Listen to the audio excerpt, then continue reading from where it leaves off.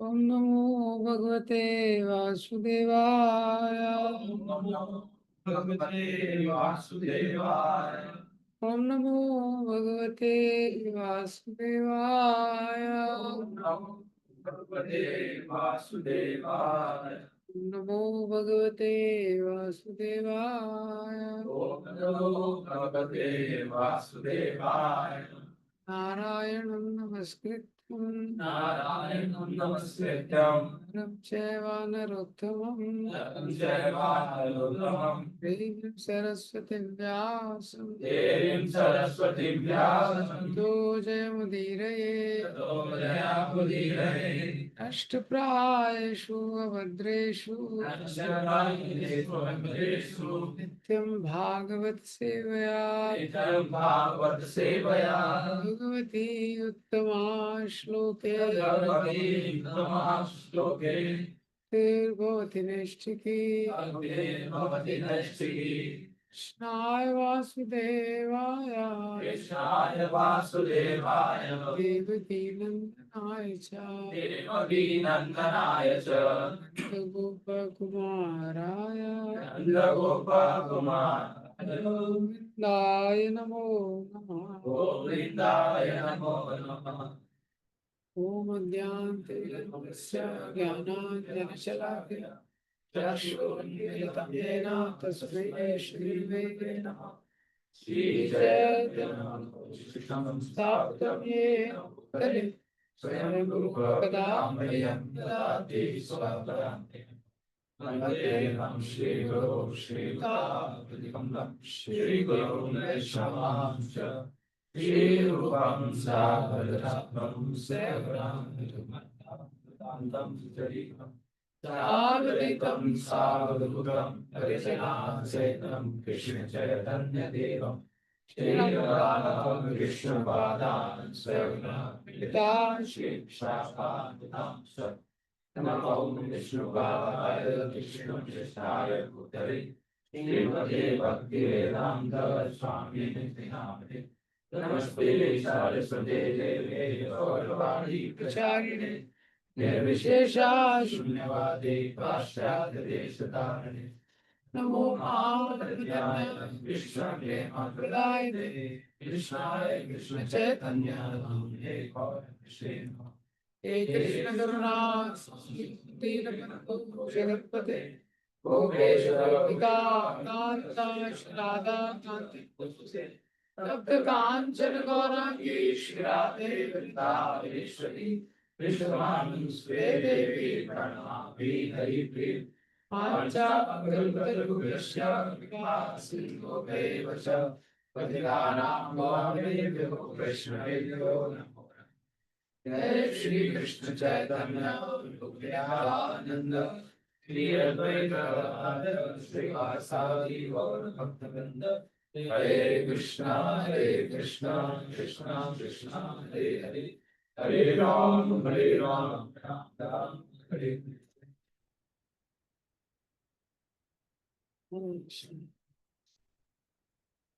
श्रीमद् भगवद गीता 3.33 ये जो श्लोक है तो 3.33 ये जो श्लोक है जो कल स्टार्ट किया था उससे और आगे अच्छे से प्रकृतिम सदृशं चेष्टिष्टते स्वस्य प्रकृते ज्ञानवानपि प्रकृतिं यान्ति भूतानि निग्रह किं करिष्यति।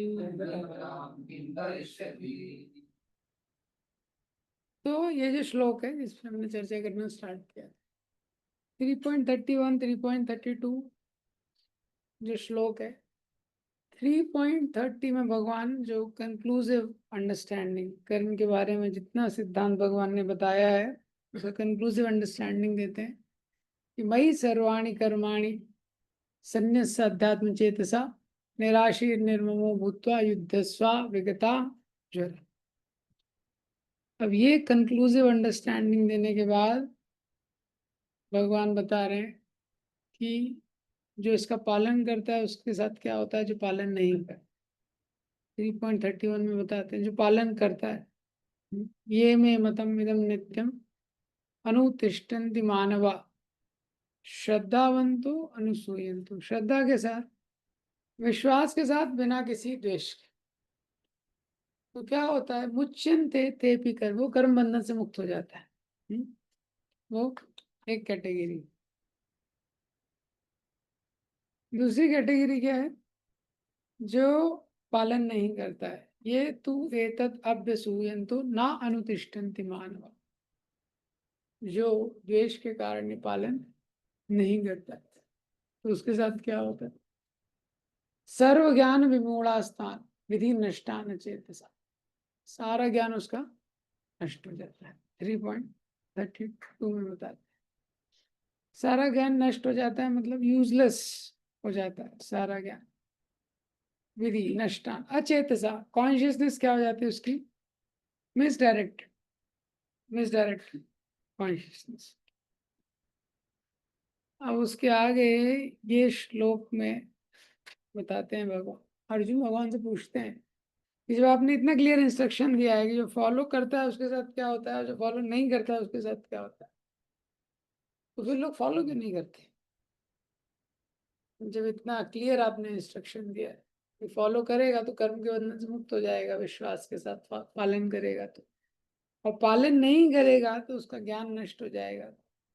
ये लोग फॉलो क्यों नहीं करते। तो ये श्लोक है, सदृशम चेष्टते स्वस्या, सदृशम चेष्टते स्वस्या प्रकृति, हर व्यक्ति अपनी प्रकृति के अनुसार ही चेष्टा करता है, अपने स्वभाव के अनुसार ही हर व्यक्ति चेष्टा करता है। ज्ञानवान अपि, ज्ञान होने पे भी वो अपनी प्रकृति के अनुसार ही चेष्टा करता है, उसकी प्रकृति चेंज नहीं होती है।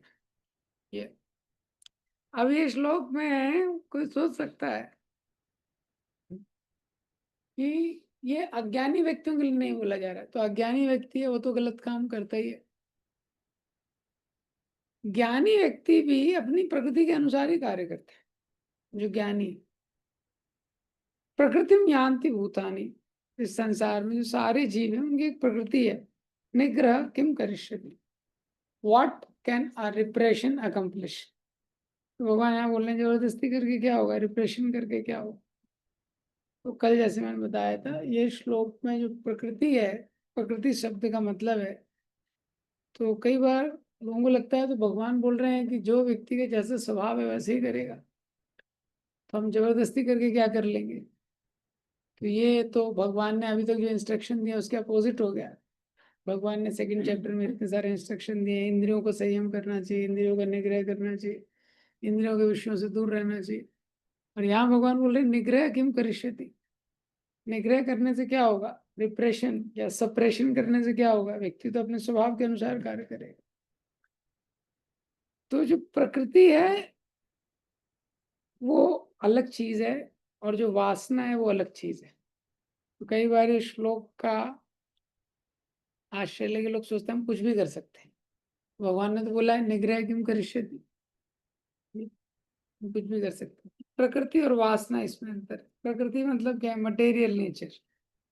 वासना मतलब क्या है, इमोरल डिजायर। दोनों में अंतर है। मटेरियल नेचर जो प्रकृति है, तो प्रकृति के द्वारा हर व्यक्ति का एक स्वभाव है, साइकोलॉजिकल, हमारा एक इनेट साइको फिजिकल नेचर है बेसिकली, उसकी बात हो रही है यहाँ प्रकृति के लिए। और वासना मतलब क्या है, मटेरियल डिजायर, भौतिक इच्छा, जो हमारा साइको फिजिकल नेचर नहीं है। हाँ, ये वासना क्या है, इमोरल डिजायर। तो जब यहाँ पे प्रकृति की बात हो रही है तो भगवान बोल रहे हैं कि हम अपनी प्रकृति को पूरी तरह चेंज नहीं कर सकते। हर व्यक्ति का एक साइको फिजिकल नेचर है। बेसिकली ब्राह्मण का कुछ एक, जैसे पहले वर्णाश्रम की व्यवस्था थी, तो कुछ लोग ब्राह्मण होते थे, क्षत्रिय, वैश्य, शूद्र, ये 4 प्रकार के स्वभाव। तो ये प्रकृति है। और लेकिन वासना क्या है, लस्ट, एंगर, काम, क्रोध, लोभ, मोह, मद, मात्सर्य, ये तो इसको हमको शुद्ध करना पड़ेगा, इसको रेगुलेट करना पड़ेगा। तो अगर कोई व्यक्ति दोनों को एक ही सोचेगा तो उससे गलती हो जाएगी, समझे। तो ये बहुत कंफ्यूजिंग, इसलिए श्लोक में ये कंफ्यूजन आता है। ये श्लोक कई बार भगवान लोग बोलते हैं निग्रह किम करिष्यति, जबरदस्ती करके क्या होगा। ये जबरदस्ती किसकी बात हो रही है? नेचर की। हम अपना जो साइको फिजिकल नेचर है उसको पूरी तरह चेंज नहीं कर सकते, लेकिन जो जीव के हृदय में जो अनर्थ है, जो वासना है, जिसके कारण काम क्रोध लोभ मोह मद मात्सर, ये उसकी बात यहाँ पे नहीं हो रही। उसको तो रेगुलेट करना ही पड़ेगा, ये अंतर है। तो ये श्लोक भगवान बता रहे हैं कि अर्जुन, मैं इतना सारा इंस्ट्रक्शन देता हूँ फिर भी लोग उसका पालन नहीं करते, क्योंकि एक कारण क्या है कि प्रकृति के अनुसार कार्य करते हैं। दूसरा इस श्लोक का अंडरस्टैंडिंग जो आचार्य देते हैं वो क्या है कि ज्ञान के मार्ग में और निष्काम कर्म या ज्ञान में इतनी शक्ति नहीं रहती कि व्यक्ति के हृदय को पवित्र कर दे हर स्तर से, ये। लेकिन भक्ति के लिए नहीं बात की जा रही है। अभी तक क्या है, भक्ति का सेक्शन शुरू नहीं हुआ है। भक्ति में व्यक्ति कुछ भी कर सकता है, अपने साइकोफिजिकल नेचर से थोड़ा डिफरेंट भी कर सकता है, डिपेंड करता है अगर उसके गुरु का आदेश है तो। लेकिन क्या है, निष्काम कर्म और ज्ञान के मार्ग की बात की जा रही है। इसमें क्या है, वो नहीं कर पाए, क्योंकि निष्काम कर्म और ज्ञान में इतनी शक्ति नहीं होती। तीसरा चीज जो इसमें बताया जा रहा है कि नेचर को डाउटेल करना है। नेचर मतलब क्या है, हमारा साइकोफिजिकल नेचर क्या है कि जो हमारा एक टैलेंट है, जो व्यक्ति का टैलेंट है, जो उसकी एक कैपेसिटी है, जो इनर कैपेसिटी है, जो उसकी एक स्ट्रेंथ है, नेचुरल स्ट्रेंथ है, उसको भगवान की सेवा में लगाना चाहिए। लेकिन हृदय में जो अनर्थ है उसको उसको शुद्ध करना पड़ेगा। ऐसा है, जैसे हमारा शरीर होता है, मन होता है, आत्मा, तीन चीज। तो शरीर है, कुछ भोजन खाएंगे तो उसको शक्ति मिलेगी, कुछ इम्प्योर भोजन खाएंगे तो शरीर में कंटामिनेशन हो जाएगा, हाँ, फूड पॉइजनिंग हो जाता है। इसी तरह माइंड में गलत थॉट आएंगे तो माइंड में कंटामिनेशन हो जाएगा। अगर भोजन खाएंगे, अच्छा भोजन खाएंगे तो शरीर में शक्ति प्राप्त होगी। इसी तरह कुछ अच्छे थॉट्स आएंगे, पॉजिटिव थॉट्स आएंगे तो माइंड को स्ट्रेंथ मिलेगी। इम्प्रॉपर थॉट से माइंड वीक हो जाएगा, इम्प्रॉपर फूड से बॉडी वीक हो जाएगा। इसी तरह हमारी जो आत्मा है, सोल, हाँ, ये भी माल नरिष्ट हो जाती है अगर हम स्पिरिचुअल एक्टिविटीज नहीं करते तो जब सोल वीक हो जाता है तो क्या हो जाता है, कैसे पता चलेगा सोल वीक है? तो अगर सोल वीक होगा तो जैसे ही अपॉर्चुनिटी मिलेगी कुछ इंद्रिय तृप्ति करने की, थोड़ा सा भी अपॉर्चुनिटी मिल गया टेम्पटेशन का, तो क्या व्यक्ति उसमें गिर जाएगा। जैसे कोई व्यक्ति रहता है, अगर उसकी बॉडी की इम्यूनिटी बहुत वीक है, तो इम्यूनिटी वीक है तो क्या होता है, जल्दी उसको फीवर पकड़ लेता है, जल्दी अफेक्ट हो जाता है ना, थोड़ा भी वायरस है कुछ है तुरंत। तो वायरस तो ऑलरेडी है एटमॉस्फेयर में, लेकिन जिसकी इम्यूनिटी वीक है उसको तुरंत पकड़ लेता है, ये तुरंत तो कैच हो जाता है, तुरंत उसका बॉडी बीमार हो जाता है, ये। तो इसीलिए जो ये चीज क्या है, अगर वीक है उसकी तो तुरंत इम्यूनिटी डाउन है, अगर स्पिरिचुअल इम्यूनिटी डाउन तो तुरंत, तो जो स्पिरिचुअल इम्यूनिटी है उसको स्ट्रांग रखना, ये लिविंग एंटिटी का ड्यूटी है। लेकिन एट द सेम टाइम उसको ये समझना है कि मेरा एक नेचर है, वो नेचर को चेंज नहीं कर सकते बहुत ज्यादा। जैसे एग्जाम्पल, जैसे कोई, ये ब्रॉड एग्जाम्पल है, इसके अलावा डिटेल भी है। जैसे कोई ब्राह्मणिकल स्वभाव का है, ब्राह्मणिकल स्वभाव का है मतलब ब्राह्मण के स्वभाव का मतलब क्या है, मतलब वो इंटेलेक्चुअली ओरिएंटेड है, बुद्धि के स्तर पे ज्यादा काम करने उसका, ये उसका स्वभाव है। तो बुद्धि के स्तर पे ज्यादा करने का स्वभाव है उस व्यक्ति का, ये उसका साइकोफिजिकल नेचर है, ये। तो जो आत्मा है वो तो दिव्य है, लेकिन आत्मा क्या है, एक शरीर में है। तो ये शरीर की बात हो रही, शरीर का एक स्वभाव, ये।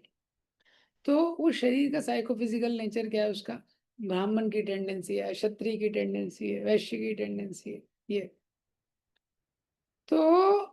ब्राह्मण हो चाहे क्षत्रिय हो चाहे वैश्य हो चाहे शूद्र, तो हर व्यक्ति को काम, क्रोध, लोभ, मोह, मद, मात्सर्य इस पे काम करना। और कोई पूछे ब्राह्मण फैमिली में हमारा जन्म हुआ है या ब्राह्मण के लक्षण है, तो उससे वो ये सिद्ध नहीं होता है कि वो काम, क्रोध, लोभ, मोह के परे है। सब लोग इसके अंडर है, उसको भी वर्क करना पड़ेगा, लेकिन क्या है, वर्क करने का तरीका अलग अलग है।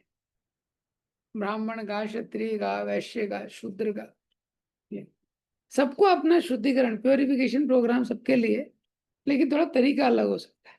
ये साधारणतया वैदिक संस्कृति में शूद्र को सबसे लो माना गया है, क्योंकि शूद्र का जो सेंस कंट्रोल होता है सबसे कम होता है, उसका इंद्रिय संयम सबसे कम होता है।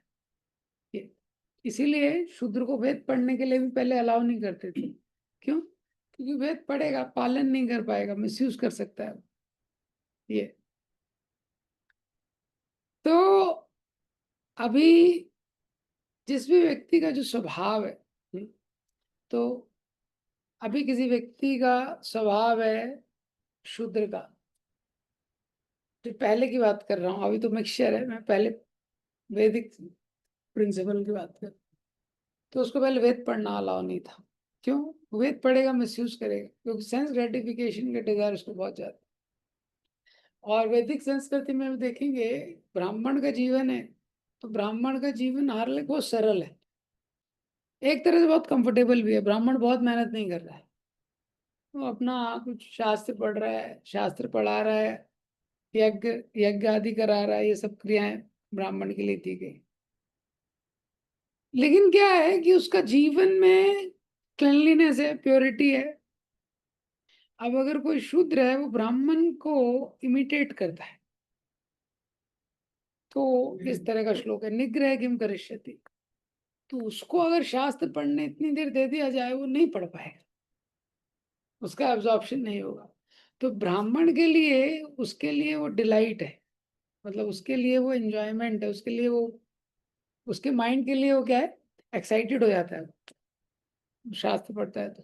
लेकिन शूद्र के लिए वही तपस्या हो जाएगी, क्योंकि उसका वो साइको फिजिकल नेचर नहीं है। तो यहाँ ब्राह्मण की जो बात हो रही है, ब्राह्मण कौन है? ये ब्राह्मण कास्ट वाला ब्राह्मण नहीं है, ये जन्म वाला ब्राह्मण, वो बर क्वालिटीज वाला ब्राह्मण, जिसमें ब्राह्मण के गुण है। ऐसा नहीं कि ब्राह्मण परिवार में बस जन्म हो।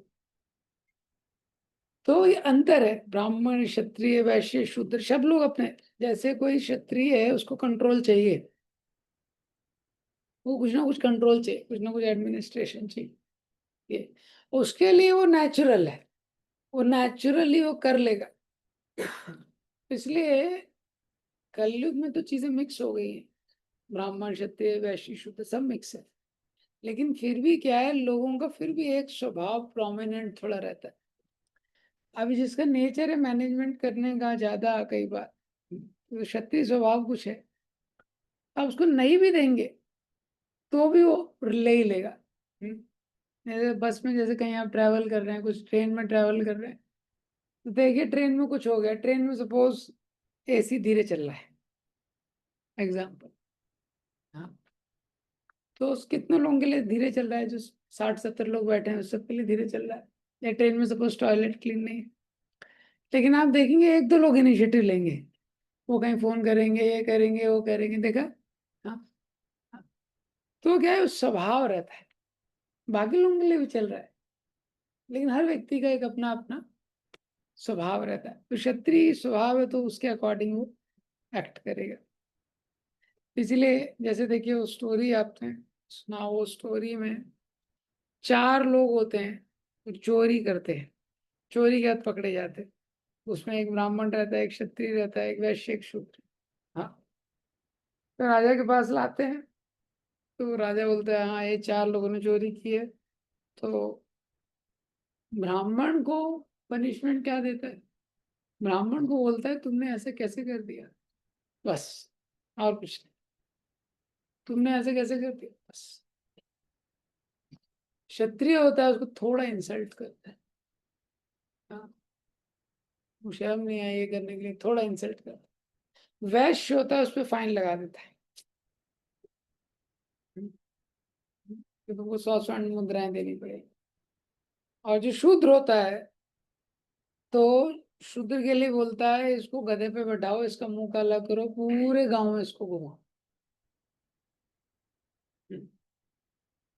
एक ही पाप के लिए। मंत्री पूछता है महाराज एक ही, सब लोगों ने एक ही पाप किया है, आप अलग अलग क्यों सजा दे रहे हैं?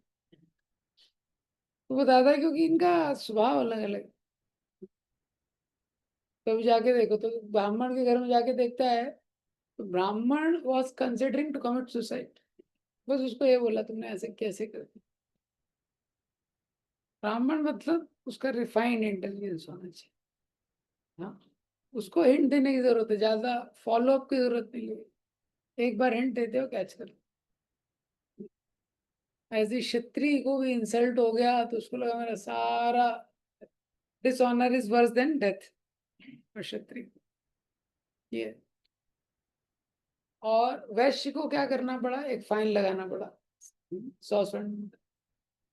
और शूद्र को क्या है, शूद्र को बोला इसका मुंह काला करके पूरे गांव में घुमाओ गधे पे बिठा के। तो शूद्र को गधे पे बिठा के, हाँ, गांव का परिक्रमा लगाया जा रहा है। हाँ, और पीछे ढोल बजाते हुए चल रहे हैं लोग, सारे गांव वाले देख रहे हैं। तो उसका घर आता है, तो घर आता है तो बोलता है 1 मिनट रुको, अपनी पत्नी को बोलता है गर्म पानी करके रखना, अभी 5 मिनट में आ रहा हूँ मैं। कोई टेंशन नहीं उसको ज्यादा। हाँ? तो एक ही पाप के लिए 4 पनिशमेंट। क्यों? तो ये स्वभाव का अंतर होता है। अब शास्त्र में ये जो स्वभाव का सिद्धांत है इसको भी समझना बहुत महत्वपूर्ण है। क्यों? क्योंकि कई बार व्यक्ति ऐसा सोचता है कि हमको स्वभाव के विपरीत ही कार्य करना है। भक्ति में भी कई बार डिवोटी सोचते हैं कि जो मेरा स्वभाव है उसके अगेंस्ट मुझे कार्य करना है, यही भगवान के प्रति मेरी शरणागति है। नहीं, ये नहीं है। सिद्धांत क्या है, हमारा जो स्वभाव है, ये जो स्वभाव की बात हो रही है ये मटेरियल नेचर, साइकोफिजिकल नेचर की बात हो रही है। जो हमारे जन्म के अनुसार बेसिकली जो हमारा टैलेंट है, कार्य करने की क्षमता है, वो हमको भगवान की सेवा में कैसे लगा सकते हैं सोचना चाहिए। उसको डाउटिल किया जा सकता है। हर व्यक्ति में अलग अलग क्षमता रहती है, उसको डाउटिल किया जा सकता है। ये जैसे ब्राह्मण है, क्षत्रिय है, वैश्य है, शूद्र है, सब में अलग अलग क्षमता है। वैदिक संस्कृति में शूद्र को भी खंडन नहीं किया गया, उसको भी उसकी भर्त्सना नहीं की गई। ये सब व्यक्ति अपनी सेवा में लगा सकते हैं, ये पॉइंट है। तो उसके लिए बोला है निग्रह किम करिष्यति, और निग्रह करने की बहुत ज्यादा जरूरत है नहीं। अब ये श्लोक अर्जुन को भगवान इसलिए बोल रहे हैं कि अर्जुन का क्षत्रिय का स्वभाव, तो भगवान अर्जुन से बोल रहे हैं तुम्हारा स्वभाव है युद्ध करने का, क्षत्रिय का स्वभाव है, तुम उसके अगेंस्ट ज्यादा समय तक नहीं कर सकते। ये तुम उसके अगेंस्ट काम ज्यादा समय तक नहीं कर सकते। तो अब कोई व्यक्ति इसका गलत उपयोग करते हैं श्लोक का, तो कोई व्यक्ति सोचते हैं ठीक है फिर स्वभाव के अनुसार ही कार्य करना है। तो मेरा स्वभाव है शराब पीने का, तो मैं थोड़ा शराब पीऊंगा। मेरा स्वभाव है कहीं मूवी देखने, जो भी मेरा स्वभाव है चोरी करने का। नहीं, ये स्वभाव नहीं, ये वासना है, ये अंतर है। हाँ, तो ये श्लोक का लोग मिसयूज करते हैं इस तरह से। हाँ, एक्चुअली ये जो श्लोक है पॉजिटिव श्लोक है। इसमें बताया गया है कि जो भी आपका स्वभाव है उसको अगर आप भगवान की सेवा में लगाएंगे, ये एक बहुत प्रबल तरीका है काम के साथ डील करने का, लस्ट के साथ डील करने का। क्या? Person is engaged in his occupational duty according to his nature। व्यक्ति अपने स्वभाव के अनुसार ऑक्यूपेशनल ड्यूटी में लगा है। ये वैदिक संस्कृति में था। तो वैश्य है, उसके पिताजी खानदानी बिजनेस चल रहा है, वो भी बिजनेस में लगा हुआ है, उसके लिए बहुत नेचुरल है, बहुत आसान है, और उसमें उसका माइंड एब्जॉर्ब हो जाता था, उसका कॉम्पिटेंस रहता था। ये एक तरीका है लस्ट के साथ डील करने का, क्योंकि लस्ट के साथ डील करना है काम के साथ, तो उसके लिए मतलब क्या है, बिजी रहना पड़ेगा व्यक्ति। बिजी रहेगा तभी तो काम इतना परेशान उसको नहीं करेगा। हम भी लोग भी देखिए, जैसे आप माइंड फ्री होता है, सेंस ग्रेटिफिकेशन का डिजायर आ जाता है ना, इंद्रिय तृप्ति का।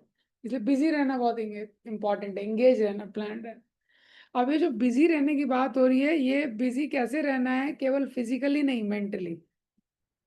केवल फिजिकली बिजी नहीं रहना है, मेंटली बिजी रहना भी बहुत है ये। तो क्या है, अगर कोई व्यक्ति अपने नेचर के अगेंस्ट काम करता है तो फिजिकली तो बिजी हो जाता है, लेकिन वो मेंटली बिजी नहीं हो पाता है, मेंटल एब्जॉर्ब नहीं हो पाता उसका माइंड, क्योंकि उसका नेचर नहीं है ना, उसके नेचर के अगेंस्ट ये। इसीलिए सर्विस देते समय, कुछ करते समय हम लोग भी थोड़ा कंसिडर करते हैं इन जनरल ये सिद्धांत जो है। तो अगर नेचर के अकॉर्डिंग व्यक्ति लगा है, जैसे आप बहुत इजीली देख सकते हैं, कोई वैश्य परिवार में रहता है या कोई पिताजी बिजनेस कर रहे हैं, उसके बाद उसका उनका बेटा बिजनेस करने लगा, उनका बेटा बिजनेस करने लगा, तो बहुत नेचुरल रहता है उसके लिए, उसको किसी एमबीए में जाने की जरूरत नहीं है, कुछ करने की जरूरत नहीं। हाँ, और कोई भी एमबीए वाला बिजनेस कर नहीं पाता है डिग्री लेके। हाँ, क्यों? क्योंकि उसका नेचुरल है उसके लिए। अब उसमें जब वो इंगेज होता है तो फिजिकली भी और मेंटली भी उसको दिमाग चलता है। वैश्य का मतलब ही उसका दिमाग चलते रहता है, हाँ, पैसे कैसे बनाना है। अब उसको आप कहीं भी डाल दो, उसके माइंड में वही आएगा। तो ये टेंडेंसी रहती है। जैसे अभी अगर किसी में वैश्य टेंडेंसी है, कुछ भी है, उसके माइंड में पैसे कमाने का आइडिया अपने आप आते हैं। पैसे कमाने का आइडिया उसके बाद अपने आप आए। तो वो पढ़ाई कर रहा है, आपने उसको कुछ पढ़ने के लिए दे दिया, हाँ, बुक, लेकिन उसके माइंड में आइडिया आने लगे बुक को सेल कैसे कर सकते हैं, वो ज्यादा अच्छे से आइडिया है उसका। हाँ, बुक पढ़ रहा है लेकिन बुक सेल करने के आइडिया उसको ज्यादा आएंगे इसके, ऐसा। तो ये साइकोफिजिकल की नेचर की बात है। अब वासना जो है उसको रेगुलेट करना होता है, और जो साइकोफिजिकल नेचर है उसको डाउटेल करना। इन दोनों में अंतर सबसे पहला समझना, ये श्लोक में बताया गया। तो वासना मतलब जो इम्प्योरिटी है हमारे अंदर, अनर्थ मतलब जो इम्प्योरिटी है हमारे अंदर, और साइकोफिजिकल नेचर मतलब ब्राह्मण का, क्षत्रिय का, वैश्य का, शूद्र का, जो जो मोटा मोटा एक ब्रॉड क्लासिफिकेशन शास्त्र में किया गया। तो जो अंदर इम्प्योरिटी है उसको रेगुलेट करना पड़ेगा। इम्प्योरिटी क्या है? तो काम, क्रोध, लोभ, मोह। अब ये इम्प्योरिटी क्या करती है? हमको पुश करती है गलत काम करने के लिए। यही अर्जुन अभी थोड़ा आगे जाके प्रश्न करेंगे, भगवान क्या व्यक्ति को पुश करता है गलत काम करने के लिए। हाँ, अतकेन प्रयुक्तोयम पापम चरित पुरुष अनिक्षन अभिवार्ष्णेय बलाद इन नियोजिता। तो ये अभी अर्जुन प्रश्न करेंगे। तो ये जो इम्प्योरिटी है ये पुश करती है गलत काम करने के लिए, तो उसको रेगुलेट करना पड़ेगा। लेकिन इस इम्प्योरिटी के साथ अंदर एक और चीज है। क्या चीज है? हमारा एक नेचर है ये। तो वो जो नेचर है वो भगवान का गिफ्ट है हमारे पूर्व जन्मों के अनुसार। जैसे तो पहले जैसे क्षत्रिय राजा होते थे, हाँ, उनके मंत्री होते थे, मंत्री हैं, कुलगुरु हैं, ब्राह्मण कैटेगरी, हाँ, ब्राह्मण, वशिष्ठ आदि। उसके बाद राजा होते थे, वो क्षत्रिय होते थे। उसके बाद जो बिजनेस क्लास होती थी, मर्चेंट, वैश्य होते थे। उसके बाद लेबर क्लास है, शूद्र। ये तो ये जो नेचर है, अगर व्यक्ति अपने नेचर के अकॉर्डिंग काम करता है तो क्या होता है? दो चीजें, इंटरनली कॉम्पिटेंट होता है वो। ये कौन शेयर कर रहा है? Who is this person? तो he is internally comfortable and externally competent, ये होता है। अपने नेचर के अकॉर्डिंग कोई व्यक्ति काम करता है तो ये दो चीजें होती है, इंटरनली कंफर्टेबल होता है और एक्सटर्नली कॉम्पिटेंट। तीसरा चीज इसमें क्या होता है? वो मैक्सिमम कंट्रीब्यूशन सोसाइटी में दे सकता है ये। तो इंटरनली कंफर्टेबल मतलब अंदर से कंफर्टेबल है वो चीज करने के लिए। तो जो ब्राह्मण स्वभाव का व्यक्ति है, इंटेलेक्चुअल काम उसके लिए नेचुरल है। इंटेलेक्चुअल सोचना, प्लान करना, योजना बनाना, कुछ शास्त्रों को पढ़ना, किसी चीज को, इंटेलेक्चुअल काम। जो क्षत्रिय वाला है उसके लिए एडमिनिस्ट्रेशन नेचुरल है, तो वो इंटरनली कंफर्टेबल रहता है उसमें। ऐसे जो वैश्य वाला है उसके लिए बिजनेस करना कुछ को। हाँ, तो वैश्य प्रवृत्ति का व्यक्ति कहीं भी डाल दो प्रॉफिट ले आएगा। तो वैश्य प्रवृत्ति का व्यक्ति है, आप उसको मंदिर में डीटी डिपार्टमेंट में भी डाल दो तो पैसे आने लगे,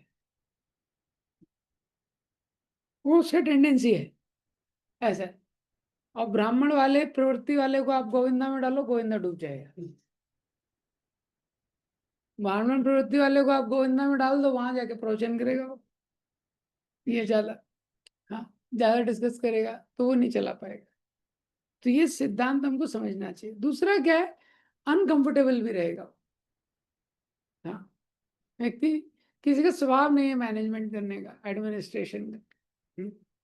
तो वो जब मैनेजमेंट में उतरता है तो उसका दिमाग चलता ही नहीं है उसमें ज्यादा। ऐसा नहीं उसका दिमाग नहीं चलता है, पर वहां नहीं चलता, दूसरी जगह चलेगा उसको।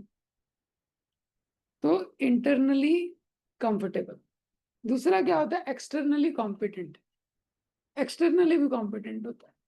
वैश्य प्रवृत्ति का व्यक्ति है, आप उसको गोविंदा में डालो, तुरंत उसको दिमाग चलने लगेगा, कितना सैलरी देना है, क्या बचाना है, क्या करना है, कौन सा आइटम नया लॉन्च करना है, कौन सी पब्लिक में किसकी डिमांड है, एडवर्टीजमेंट में कितना खर्च करना है, क्या करना है, उसका दिमाग फटाफट चलता है ऐसा।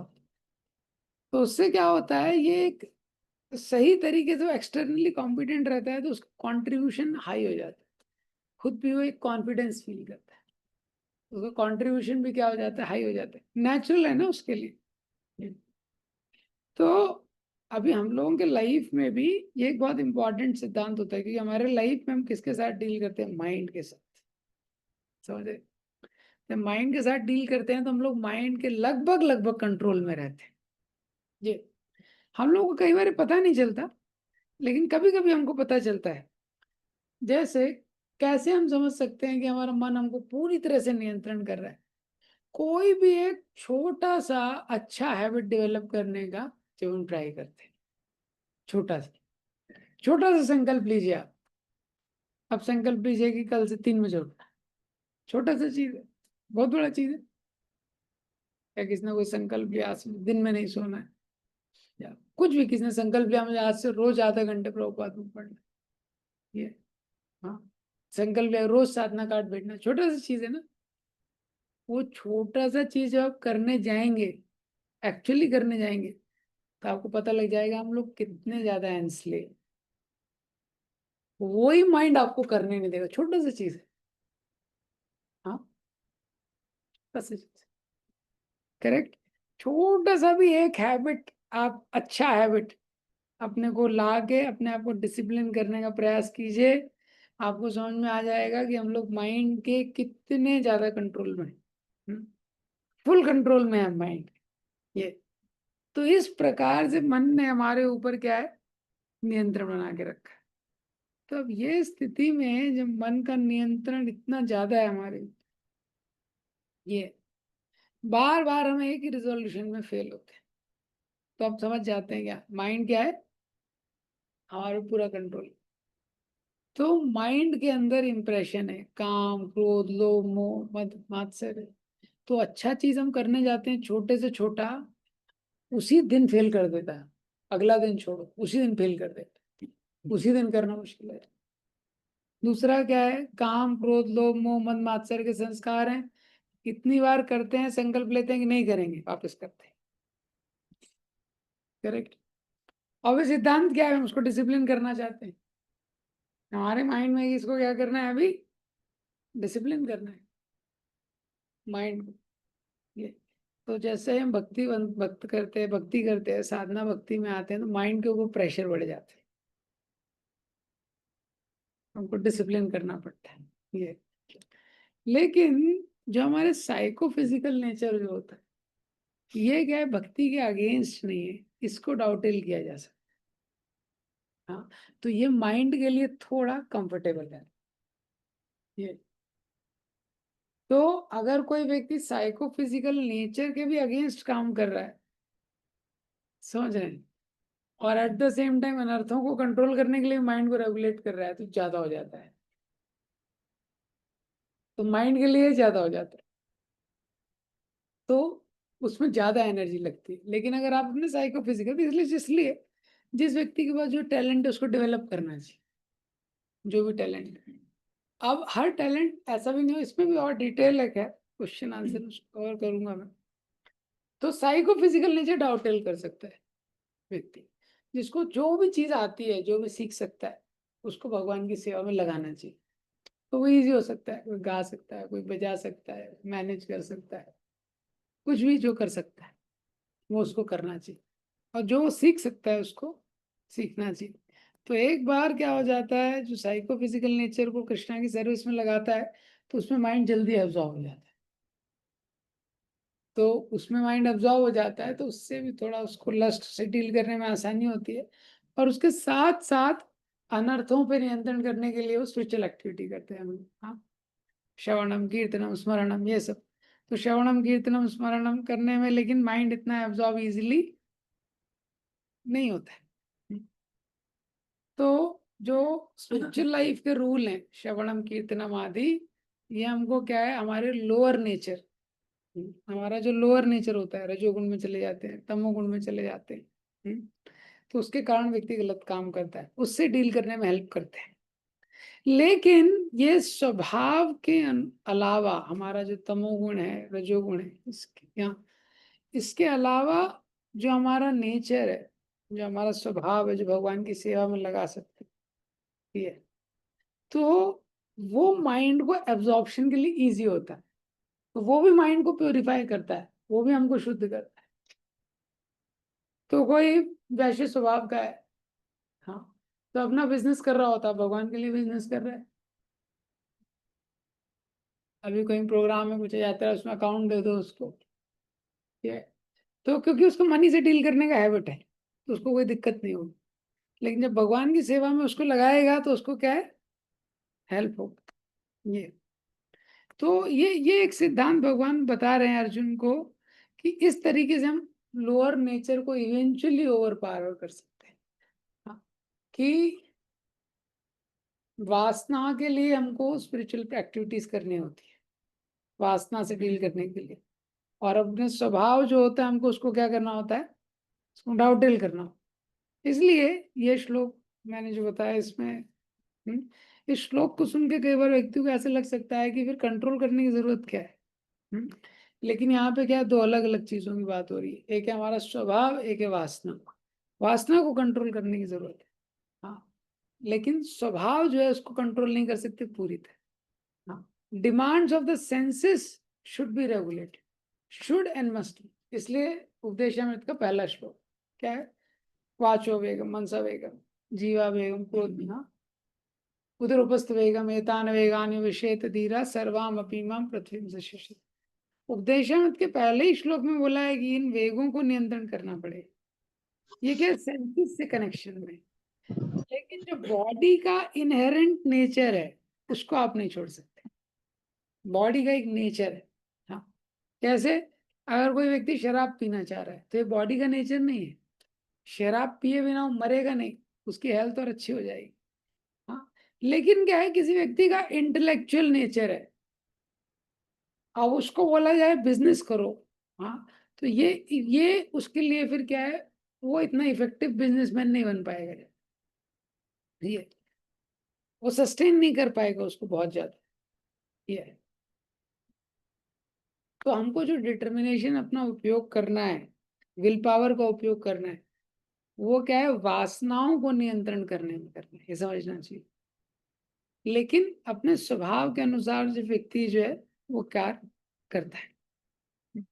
जैसे हम बताया, वैश्य स्वभाव का व्यक्ति है, उसको बोला जाए कि शास्त्र पढ़ो, तो शास्त्र कैसे बेचा जाए उसका आइडिया ज्यादा है। ये स्वभाव है, इसको ज्यादा चेंज नहीं कर सकते। तो अब ये जो हमारा स्वभाव है, चाहे ब्राह्मण, चाहे क्षत्रिय, चाहे वैश्य, चाहे शूद्र, ये देखना इंपॉर्टेंट है कि इसको भगवान की सेवा में हम कैसे लगा सकते हैं। और जो भी जिस व्यक्ति के अंदर टैलेंट है, जो उसका क्षमता है, उसको ये देखना कि मैं इसको भगवान की सेवा में कैसे लगा सकता हूं। ये पहला चीज। और उसके अलावा उसके साथ जो उसके हृदय में वासनाएं हैं, उसके साथ डील करना पड़ेगा उसको। तो उसके लिए अगला सेक्शन, उसके लिए क्या है, भगवान एक पूरे लंबे सेक्शन में बताएंगे लस्ट के साथ कैसे डील करना है। ये तो आज की डेट में भी आप देखेंगे जैसे जॉब सेटिस्फेक्शन टर्म होता है, जॉब सेटिस्फेक्शन। जॉब सेटिस्फेक्शन का मतलब क्या है?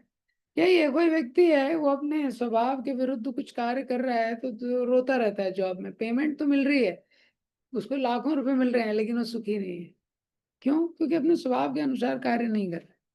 कोई प्रैक्टिकल नेचर का है, अगर वो टीचिंग के जॉब में जाएगा, रिसर्च में करेगा, तो रिलेटिवली ज़्यादा सेटिस्फाई रहेगा। क्षत्रिय नेचर है किसी का, एडमिनिस्ट्रेटिव जॉब करेगा, वही एजुकेशनल इंस्टीट्यूशन है लेकिन वो उसको एडमिन का जॉब ज़्यादा सूट करेगा, ऐसा है।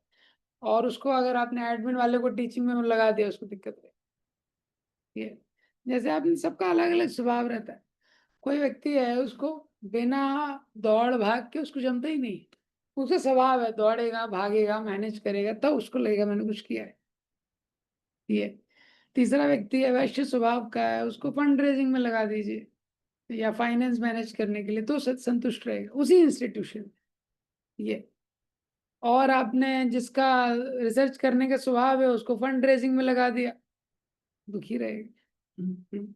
तो वैदिक संस्कृति में ये नेचुरली था, ये सारी चीज।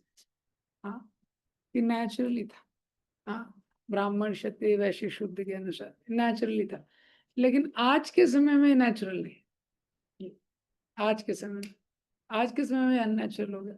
अब जब हम स्पिरिचुअल लाइफ में आते हैं तो स्पिरिचुअल लाइफ में इसके लिए हाँ, हमको अकॉर्डिंगली देखना चाहिए कि क्या मैं भगवान की सेवा कर सकता हूँ अच्छे से। क्या मेरे अंदर जो क्षमता है उसके अनुसार मैं भगवान की सेवा कैसे कर सकता हूँ। वैसे अगर हम भगवान की सेवा में लगेंगे तो क्या है, हमारा जो माइंड है वो एब्जॉर्व होगा और हमारा प्योरिफिकेशन भी होगा। तीसरा, उससे लाइफ थोड़ा इजी हो जाएगा।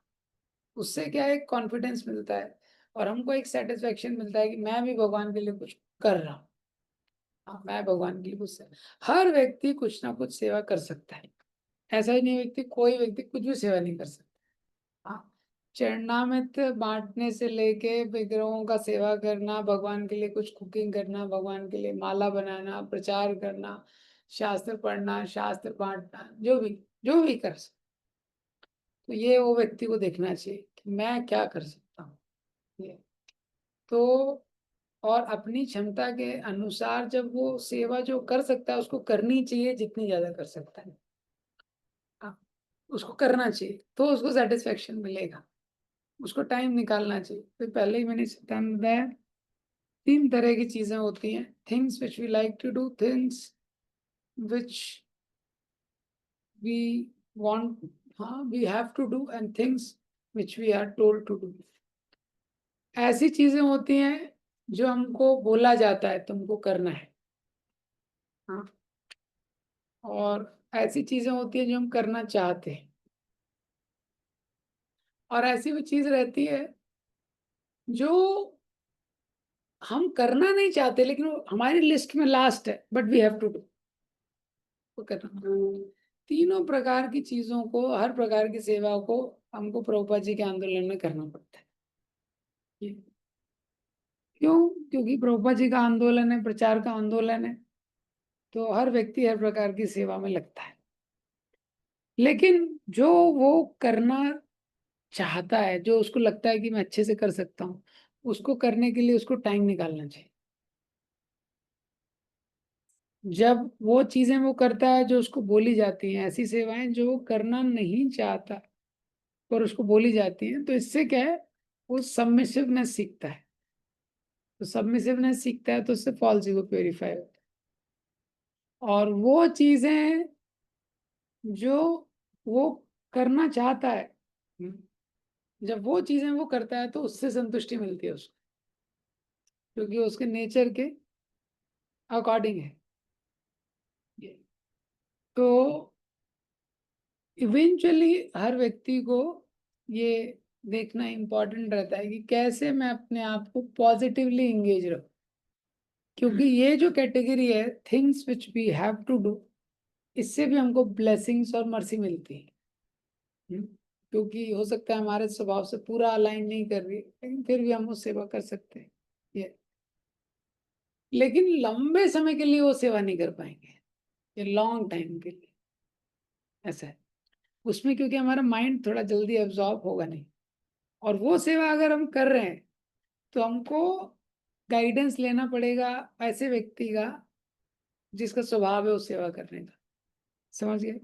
जैसे अगर ब्राह्मण को फंड रेजिंग में डाल दिया, एग्जाम्पल बता रहा हूँ, कलयुग में तो सब शूद्र ही हैं, लेकिन इन जनरल तो ब्राह्मण को फंड रेजिंग में डाल दिया, तो क्या करना पड़ेगा उसको? वैश्य कैटेगरी का जो भी व्यक्ति है जिसके पास थोड़ा आइडियाज है, उससे आइडिया लेना पड़ेगा, प्रभु कैसे फंड रेजिंग होगा, मुझे थोड़ा गाइड करो।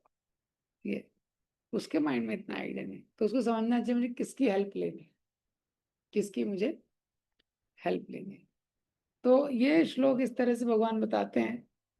और ये श्लोक बताने के बाद भी अगले श्लोक में भगवान बताते हैं कि कुछ भी हमारा स्वभाव हो, चाहे ब्राह्मण का, चाहे क्षत्रिय का, चाहे वैश्य का, चाहे शूद्र, हाँ, फिर भी हमको बहुत ध्यान रखना चाहिए कि इंद्रियों का राग और द्वेष कहाँ हो।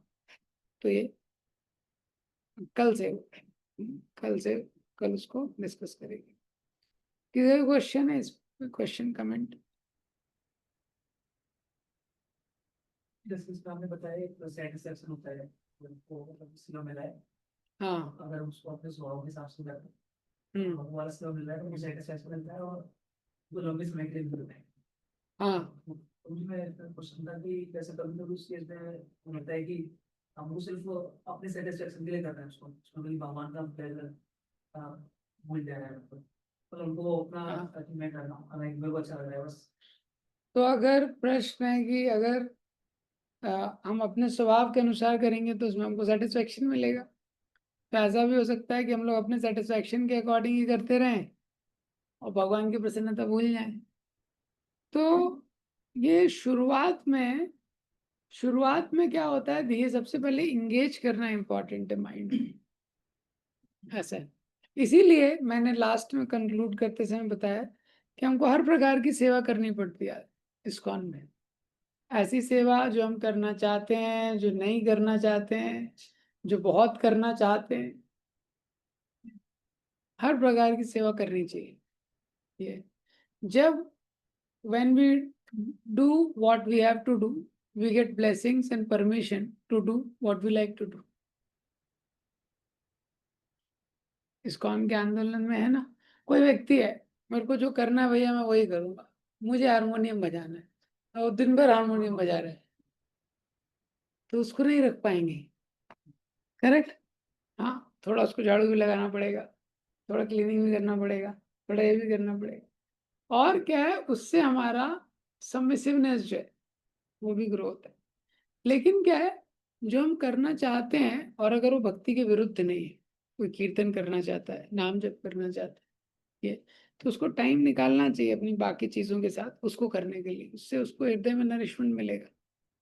ये और जैसे जैसे कॉन्शियसनेस प्योर होगी भगवान की सेवा के लिए भी उसको करेगा। ठीक है? यस यस विनीता माता जी। हरे हरे कृष्ण। कृष्णा प्रभु जी, सादर प्रणाम। थैंक यू प्रभु जी। प्रभु जी, जैसे एक क्वेश्चन है कि अगर जो कर्म बंधन के बारे में है कि अगर दो जैसे हम लोग के एक दूसरे से कई बार होता है, जो हम लोग श्री प्रभुपाद जी के तात्पर्य में पढ़े हैं कि हम लोग कहते हैं कि अपने ही लोगों से हम क्यों कष्ट पाते हैं। तो वो होता है कि हमने देखा कि कर्म बंधन होता है हमारा, हमारे कर्मों की वजह से कई बार होते हैं, जो हमारा दुश्मन शत्रु होता है वो हमारे अपने के रूप में आ जाता है, बच्चों के रूप में आ जाता है। तो इस तरह से अगर दो लोग हैं या कुछ लोग हैं जिसमें से एक एक तरफ का जो पर्सन है वो अपने को वो समझ गया और उसको रियलाइजेशन हो गया है, और वो माफ करके और माफी मांगते हुए और वो भक्ति में आके उस चीज से निकल रहा है, निकलना चाह रहा है, निकल रहा है। और लेकिन जो दूसरा है वो उससे अटैच है, वो उसको पॉजिटिव या निगेटिव दोनों तरीके से, किसी भी तरीके से वो उससे अटैच है। तो जो एंड टाइम होगा या फिर नेक्स्ट बर्थ होगा, जो भी, तो एक तो रिलीज, एक तो मुक्ति के या भगवान की भक्ति की तरफ जा रहा है, तो वो तो फ्री होने होने का चांस है। लेकिन जो दूसरा है वो मान लीजिए वो पूछना है कि जो दूसरा है वो तो उससे कर्म बंधन से फ्री हो रहा है या होगा भगवान जी के रूल के हिसाब से, लेकिन जो दूसरा है जो अटैच है वो उससे अटैच है और वो उससे ना माफ कर रहा है ना माफी मांग रहा है, वो उससे पूरी तरह से अटैच है, या बहुत पॉजिटिव वे में या नेगेटिव वे में।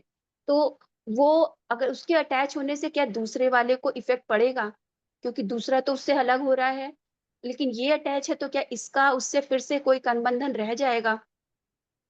तो ठीक है माता जी, अच्छा क्वेश्चन है आपका। हाँ देखिए, हमारे जो स्वजन हमको प्राप्त होते हैं वो अपने कर्मों का फल भोगने के लिए हमको प्राप्त होते हैं। हमारा जो सुख दुख का कोटा है उसी को भोगने के लिए, उसके जो सुख और दुख प्राप्त होने वाला है उसी को प्राप्त करने के लिए हमको स्वजन प्राप्त होते हैं। माता पिता भाई आदि ये जो परिवार होता है हमारा सुख दुख भोगने के लिए होता है, ऐसे।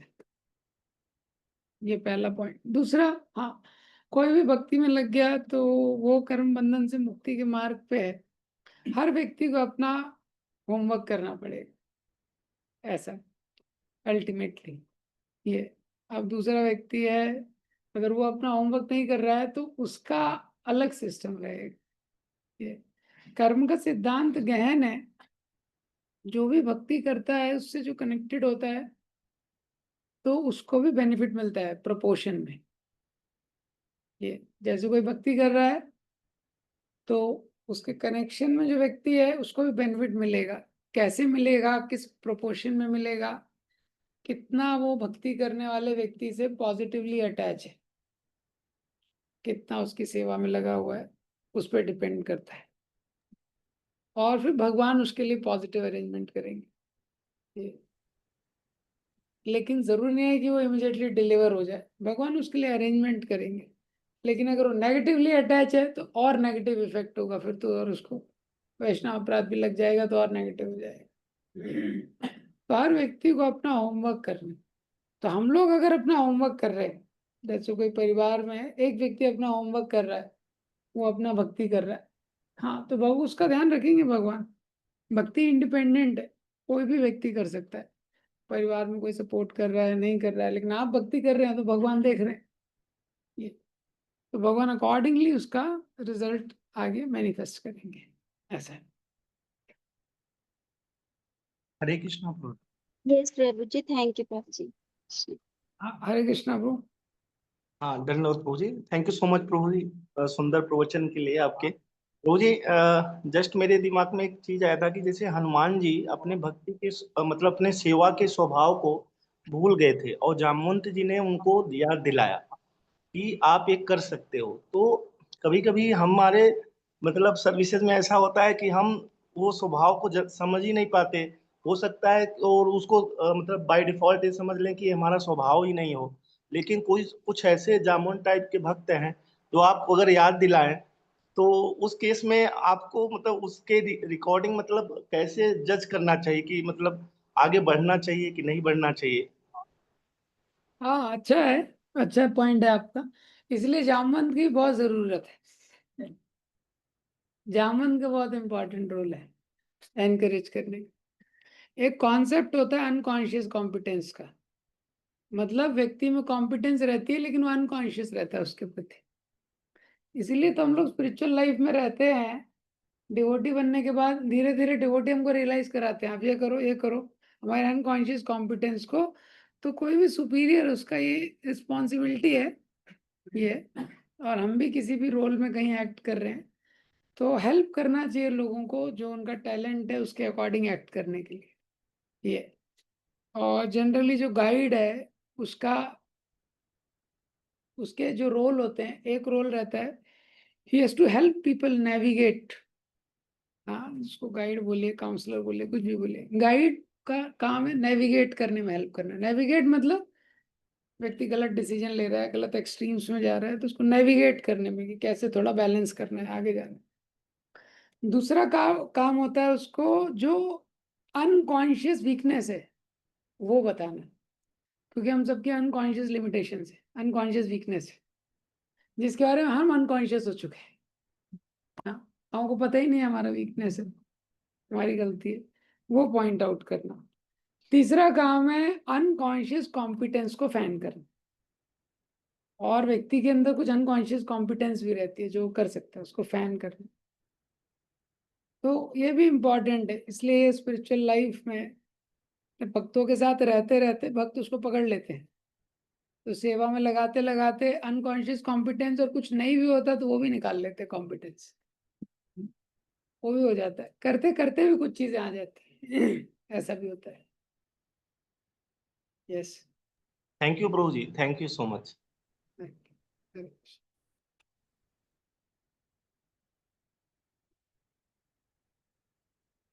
Okay, so we'll end here. Shill Prabhu.